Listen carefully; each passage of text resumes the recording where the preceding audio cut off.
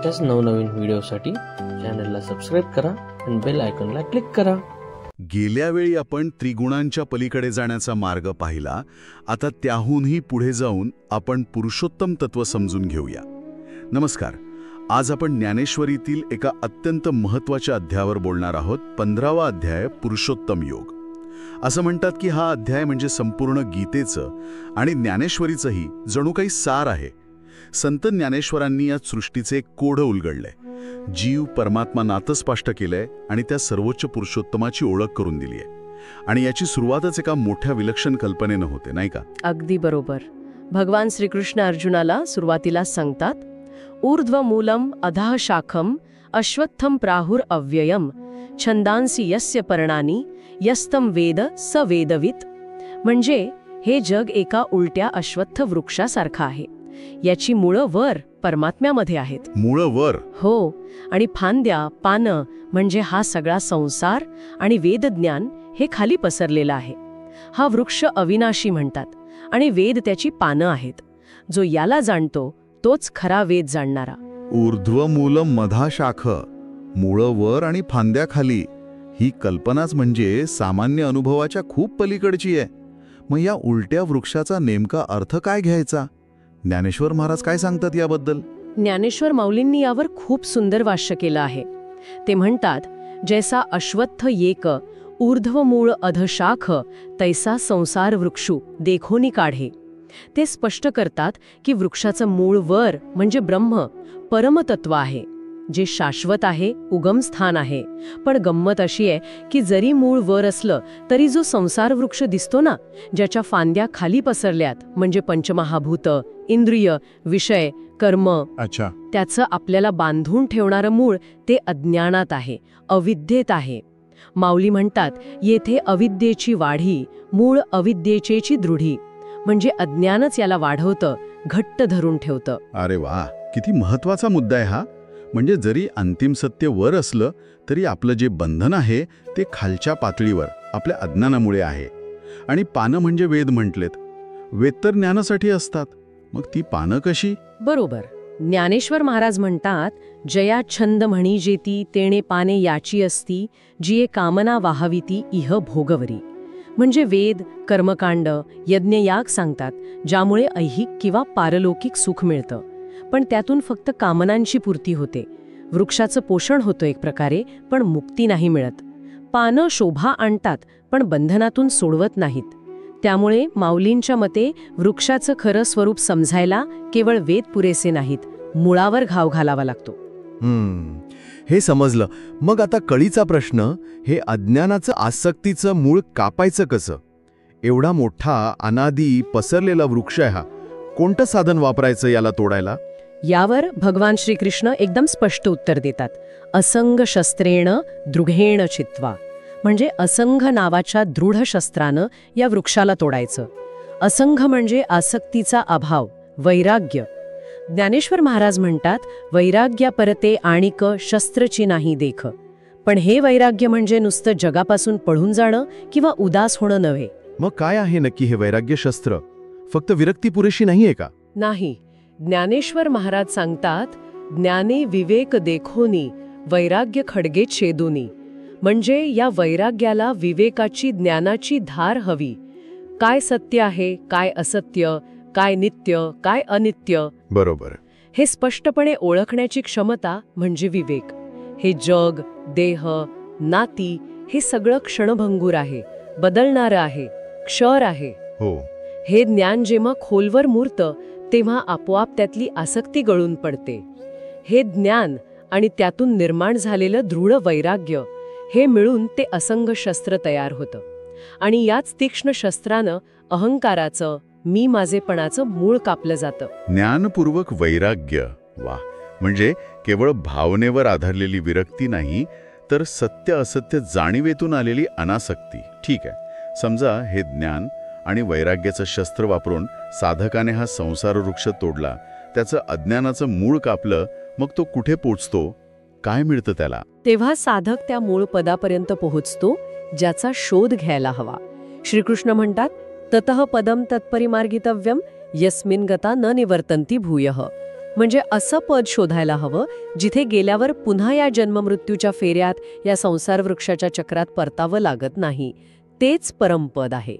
ज्ञानेश्वर महाराज वर्णन करतात त्या पदाचं, जे नित्य निर्विकार, जे निरुपम निरुपचार, जे विश्वाद्य विश्वंभर विश्वाती तुजो. ते नित्य आहे, निर्विकार आहे, कशाशी तुलना नाही त्याची. तेच विश्वाचं मूळ, आधार, तरीही विश्वाच्या पलीकडचं. आणि गीतेत म्हटलं की तिथे सूर्य, चंद्र किंवा अग्नीचा प्रकाश पोहोचत नाही. न तद भासयते सूर्यो न शशांको न पावकः. याचा अर्थ काय घ्यायचा? भौतिक प्रकाश नाही का तिथे? नाही, तसं नाही. याचा अर्थ ते स्थान भौतिक प्रकाशाच्या पलीकडचं आहे.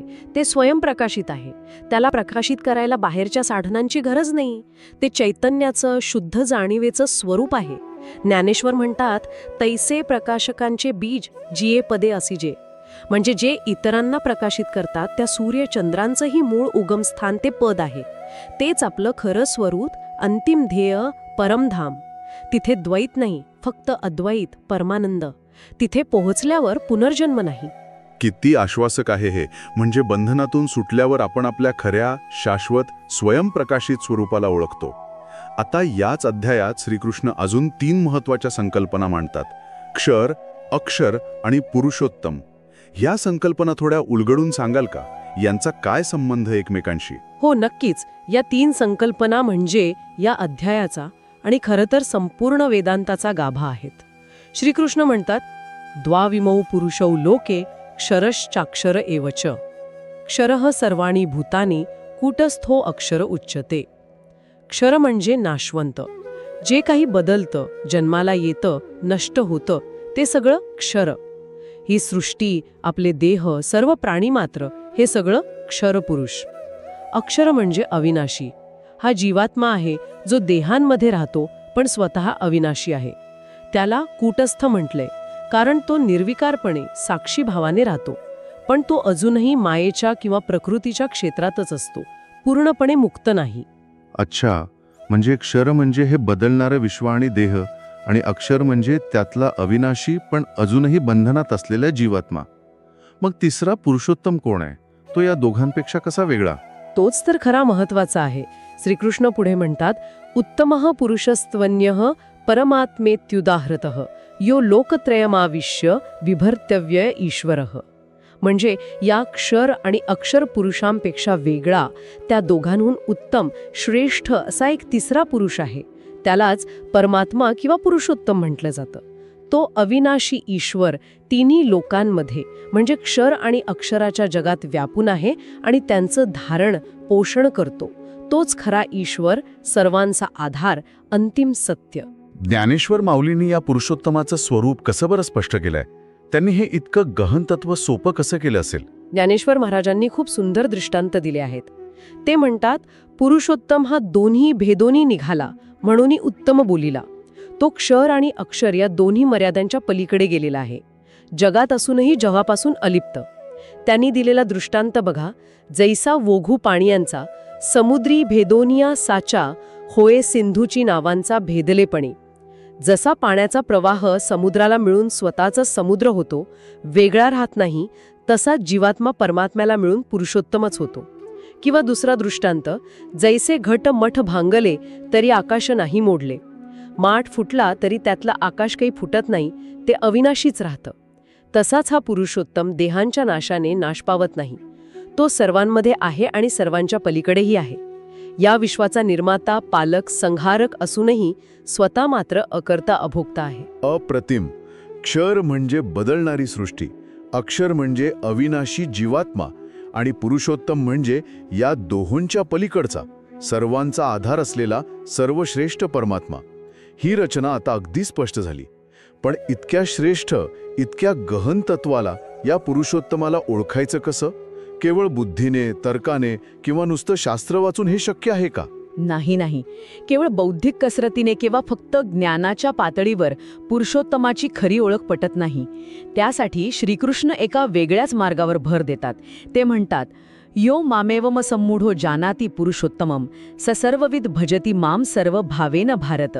म्हणजे जो कोणी संमोहरहित होऊन कोणत्याही भ्रमाशिवाय मला म्हणजे श्रीकृष्णाला ह्या प्रकारे पुरुषोत्तम म्हणून यथार्थपणे जाणतो, असंमूढ होऊन. हो, असंमूढ होऊन. तोच सर्ववित म्हणजे सर्व काही जाणणार आहे. आणि हे भारता, अर्जुना, तो सर्व भावांनी संपूर्ण समर्पणाने माझं भजन करतो. म्हणजे खरी ओळख व्हायला असंमूढ होणं, मोह नसणं आणि सर्व भावेनं भजन करणं महत्वाचे. याचा अर्थ ज्ञानाबरोबरच भक्ती अत्यंत महत्वाची ठरते इथे. अगदी बरोबर. पुरुषोत्तम हा केवळ ज्ञानाचा किंवा तर्काचा विषय नाहीये, तो प्रत्यक्ष अनुभवाचा विषय आहे. ज्ञानेश्वर महाराज तर भक्तीला अनमोल मानतात. ते म्हणतात, ज्ञानदेवो म्हणे, ज्ञाने येणे वीण, देखिणेपणे अंधळे. म्हणजे या ज्ञानाशिवाय दृष्टी असूनही माणूस अंधळाच आहे. पण हे ज्ञान नुसतं पुस्तकी असून चालत नाही, ते अनुभवात यायला हवं. आणि त्यासाठी भक्ती हा राजमार्ग आहे. जो भक्त आपलं मी पण विसरतो, आपलं कर्तृत्व, भोक्तृत्व सगळं काही त्या पुरुषोत्तमाला अर्पण करतो. समर्पण. हो, आणि अनन्य भावाने, म्हणजे दुसरं काहीही मध्ये न आणता फक्त परमात्म्यावरच चित्त ठेवून त्याचं भजन करतो, त्यालाच त्या पुरुषोत्तमाचं खरं स्वरूप कळतं, त्याचा अनुभव येतो. ज्ञानेश्वरांनी म्हटल्याप्रमाणे, ज्ञानाने कळतं, वैराग्याने सुटतं, पण भक्तीने मिळतं. भक्तीच त्या परमतत्वाशी एकरूप होण्याची सगळ्यात सहज, स्वाभाविक आणि प्रेमळ वाट आहे. म्हणजे असं म्हणता येईल की ज्ञान आणि वैराग्याने संसार वृक्षाची आसक्तीची मुळं कापायची आणि मग त्या रिकाम्या झालेल्या जागी, त्या शुद्ध झालेल्या चित्तात निखळ भक्तीने आणि संपूर्ण शरणागतीने त्या पुरुषोत्तमाची स्थापना करायची, त्याच्याशी एकरूप व्हायचं. अगदी अचूक. ज्ञान, वैराग्य आणि भक्ती या तिन्हीचं सुंदर मिलाप म्हणजेच पुरुषोत्तम योग. या तिन्हीच्या समन्वयातूनच साधक क्षर आणि अक्षराच्या पलीकडे जाऊन पुरुषोत्तमामध्ये विलीन होतो. तर या सगळ्या चर्चेचा, या 15व्या अध्यायाचा गाभा काय आहे असं आपण थोडक्यात कसं सांगू शकतो? मुख्य संदेश काय आहे जो ज्ञानेश्वरांनी आपल्यापर्यंत पोचवला आहे? सगळ्यात महत्वाचा संदेश हा की हे जे जग आपल्याला दिसतं, ज्यात आपण रमतो, अडकतो, ते अंतिम सत्य नाही. तो एक उलटा वृक्ष आहे, ज्याचं खरं मूळ परमतत्व वर असलं तरी आपल्याला बांधणारं मूळ हे अविद्येत आणि आसक्तीत आहे. याचं भान ठेवणं गरजेचं आहे. दुसरा संदेश म्हणजे या बंधनातून सुटायला मार्ग आहे. विवेकपूर्ण ज्ञान आणि त्यातून येणारं दृढ वैराग्य, या असंख्य शस्त्राने आसक्तीची मुळं तोडायची आहेत. आणि तिसरा अंतिम संदेश म्हणजे केवळ सुटून चालणार नाही, तर त्या मूळ पदाला, त्या पुरुषोत्तमाला प्राप्त करायचं आहे. आणि त्यासाठीचा सर्वश्रेष्ठ उपाय म्हणजे अनन्य भक्ती, संपूर्ण शरणागती. जो या मार्गाने जातो तो जगात राहूनही जगापासून अलिप्त राहतो आणि शेवटी त्या परमधामाला प्राप्त करतो, जिथे सक्त शांती आणि आनंद आहे. खरंच ज्ञानेश्वर महाराजांनी गीतेचं हे अत्यंत गहन तत्वज्ञान किती रसाळ आणि थेट काळजाला भिडणारं केलं आहे. संसार वृक्षाचं ते विलक्षण रूपक, वैराग्याची शक्ती आणि पुरुषोत्तमाची भक्तीतून होणारी ओळख, हे सगळं ऐकल्यावर आपल्या स्वतःच्या जगण्याकडे, आपल्या धारणांकडे पुन्हा एकदा नव्याने पाहावंसं वाटतं. पाहिलं तर कदाचित अनेक गुंते सुटू शकतील. आसक्ती कमी होऊन एक प्रकारची स्थिरता, एक समाधान लाभू शकेल असं वाटतं. आजची ही चर्चा आपण इथेच थांबूया, पण जाता जाता एक विचार मनात नक्की घोळत राहील. आपल्या आयुष्याच्या या संसार वृक्षाची कोणती मुळं, कोणत्या फांद्या आपल्याला जास्त जखडून ठेवत आहेत? त्या आसक्तीला ओळखून विवेकाच्या आणि वैराग्याच्या शस्त्राने त्याला थोडं सैल कसं करता येईल आणि त्या सर्वोच्च पुरुषोत्तमाशी जोडलं जाण्यासाठी भक्तीचा धागा अधिक घट्ट कसा करता येईल, यावर चिंतन करायला नक्कीच वाव आहे. धन्यवाद.